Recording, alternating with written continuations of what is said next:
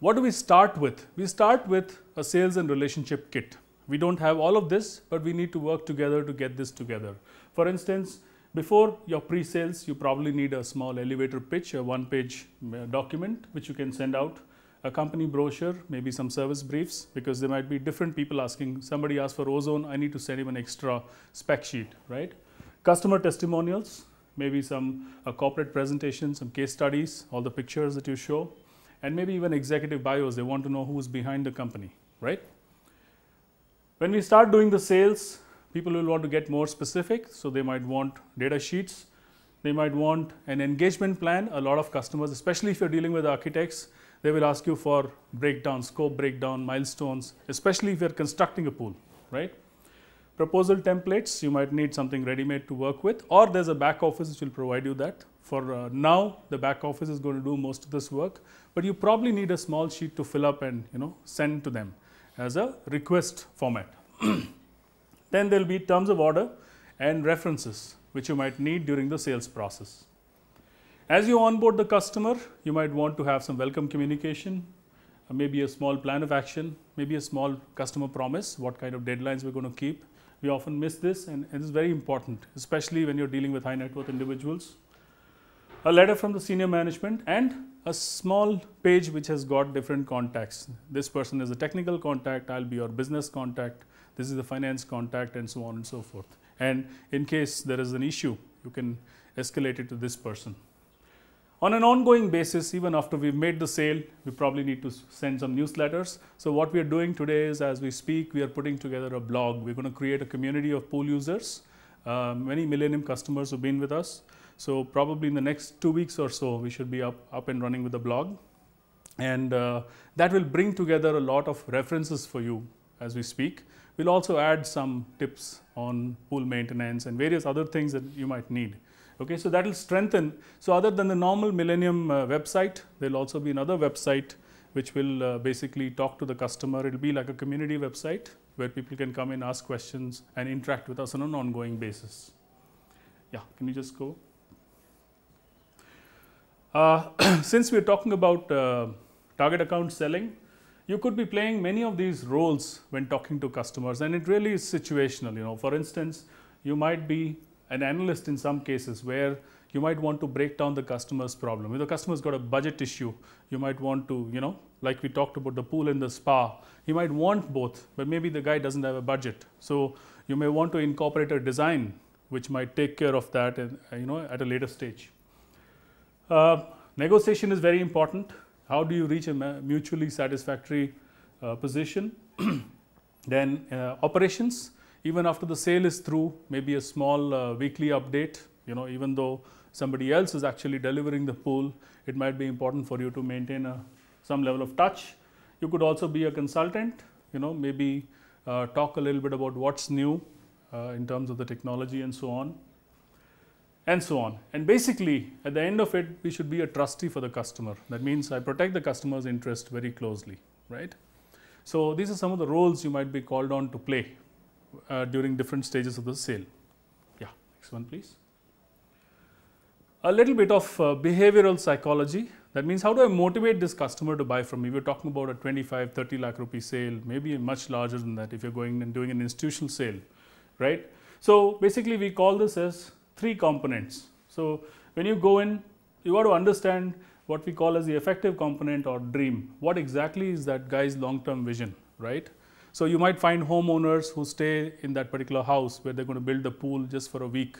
Okay, that guy's perspective will be very different from somebody for whom it's a first home or a second home or a weekend home, who probably uses it regularly, right? So what I call as the dream detection. So we should understand what is the purpose that that guy is buying it for. The second part is the cognitive component, which is understand all the nagging issues. Maybe he's already spoken to other pool owners. Maybe he's got this list of, pinpricks that he doesn't understand. And probably those are the kind of questions he'll ask you to test, how well you can come up with answers for that. The third part is the brand preference, right? Many of us, we prefer certain brands. So if these two are not there, then he might try to gravitate towards a more preferred brand, right? We are also a brand as far as pools are concerned, but then there are others, right? So unless we meet all these three, unless we square up with the customer on all these three, the customer is really not fully motivated to buy from us. So, all these three dimensions are very important. Yeah. The other thing we need to be a little thoughtful about is that when we talk about brand equity, right, before the sale, we need to make sure that, you know, the website says what I'm saying on my PPT. Maybe I do some direct marketing. I know what the pricing is, you know, I know what is the standard product packaging that I have, and I have that level of PR, you know. So, even if a customer picks up the phone, let's say you go and make a sales call and the customer picks up the phone and calls the office to check whether the company exists, right. If you're not heard, usually what the company will do, the person will do, they will go onto your website and then they'll probably call the company and see, right. So, that's very important, okay. So, regular communication with the office. Brand perceptions matter during the sale, which includes the knowledge quality, how we go and do presentations, very clear, crisp proposals, and so on and so forth, the level of detailing that they want. And then they might ask for recommendations, so some visits to other customers where pools are and so on. After the sale, what really matters is how we ring fence the customer. We don't allow other people to come in and influence a customer, right. It's equally important for us, otherwise we'll lose the relationship, because that particular customer is probably a good reference for us going forward. Yeah, can you just go to the next one? As you go out into the market, you will find many types of segments, like hospitality is a segment, you know, schools could be a segment, universities could be a segment, sports authorities could be a segment. There are many types of segments, right. So, instead of doing a flat segmentation approach, you might want to consider this. That means, first you put down as many segments as you want, right. That's the first filter criteria, where you look at the purchase behavior, you look at the demographics, you look at how the customer buys a pool, the media exposure. Like for instance, a vice chancellor of a university does not go out and shop for pools, yet most of the universities have got, probably a lot of them have got large pools, right. The second part is we identify our profit and market priorities. We're in this game to make money, right. So, I would rather sell into an account where I can manage. I know that for sure I'll be able to get the money out, because that's how I make my money. So, if I'm a sales guy, that's how I would look at it. So, I would put a profit criteria, and also I'd put a market priority. Like today, if I know there is a lot of universities coming up, you know, and I know that there's a market there, or I know there are a lot of new schools coming up, high-end schools, I'd rather go and sell into some of those segments where I have a strong relationship, because a one-to-one sale probably will be much easier to start with, rather than when you go face a purchase committee or a larger group, where it might be a little difficult to convince people. The third thing is that it must align with what Millennium is doing, right. So, before you go and start selling to any segments, do check back with us. We'll be able to align you with what our thought process is on that particular segment. The fourth is, do I have the competency? Do I have enough business connects in that particular industry?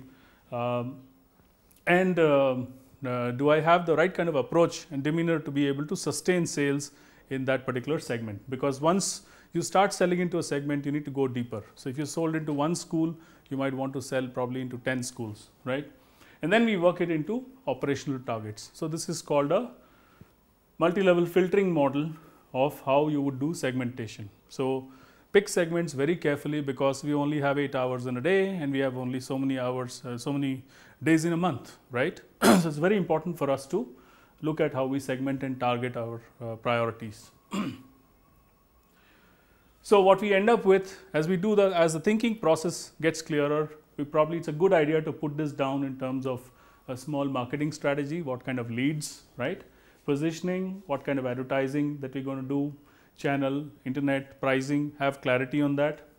Tactical plans could be, you know, things like lead generation, how frequently I'm going to connect to the customer, when do I visit, when do I telephone, when do I email, when do I do call outs, do I do inside sales campaigns, do I do regular touch, and then when do I decide that I need to keep this relationship warm, but I need to move on to the next set of leads. So, I'm not kind of caught up in you know, customers who are not immediately ready to buy. Do I know the customer has got a budget or not?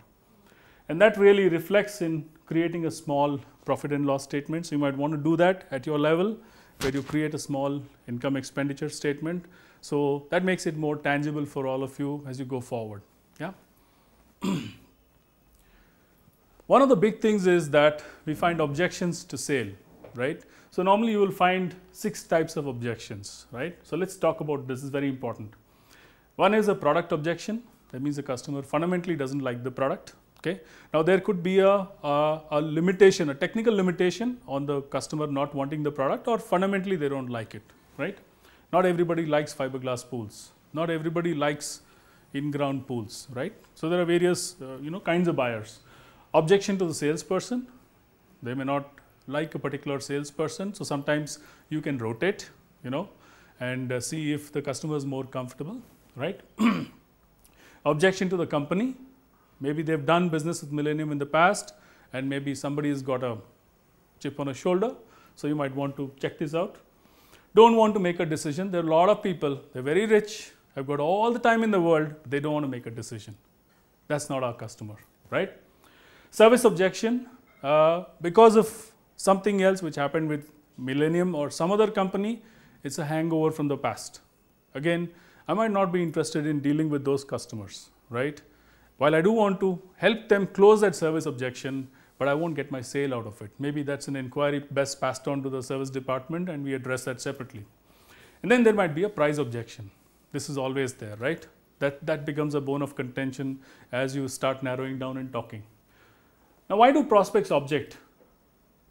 See, people who buy, they have more objections. It's a very simple, linear, connect. People dislike decision making. They may have had a past unpleasant situation. It may not have got nothing to do with you or with Millennium, but just because they have been through an unpleasant buying situation, they may not want to. They did not understand your presentation. Okay, so there is many ways. Like for instance, when I go for sales calls, I keep a simple, 2 pieces of paper handy, and I might carry a laptop, but I may never open my laptop, or I may never even bring up those papers. It all depends on, maybe a plain sheet of paper just to explain is good enough, right? Now, what are the sale process highlights? That means I reach an agreement based on mutual interest. The negotiation takes place at each step of the sale process. So please, let's understand, it's very important. If the guy doesn't have a budget, I need to negotiate to create a budget. Once a guy has a budget, I need to negotiate to agree on the bill of materials, on exactly what he wants. Then I need to help him negotiate further. So it's actually a 6-step negotiation process, right? And even on the last day when you go to ask for the order, you might still be getting a competitive quote, okay? So what do we do? So we reiterate terms of business at each stage. It's like recap, and we set toll gates for the sales process. So our negotiation, so we constantly square up and continue to engage with the customer.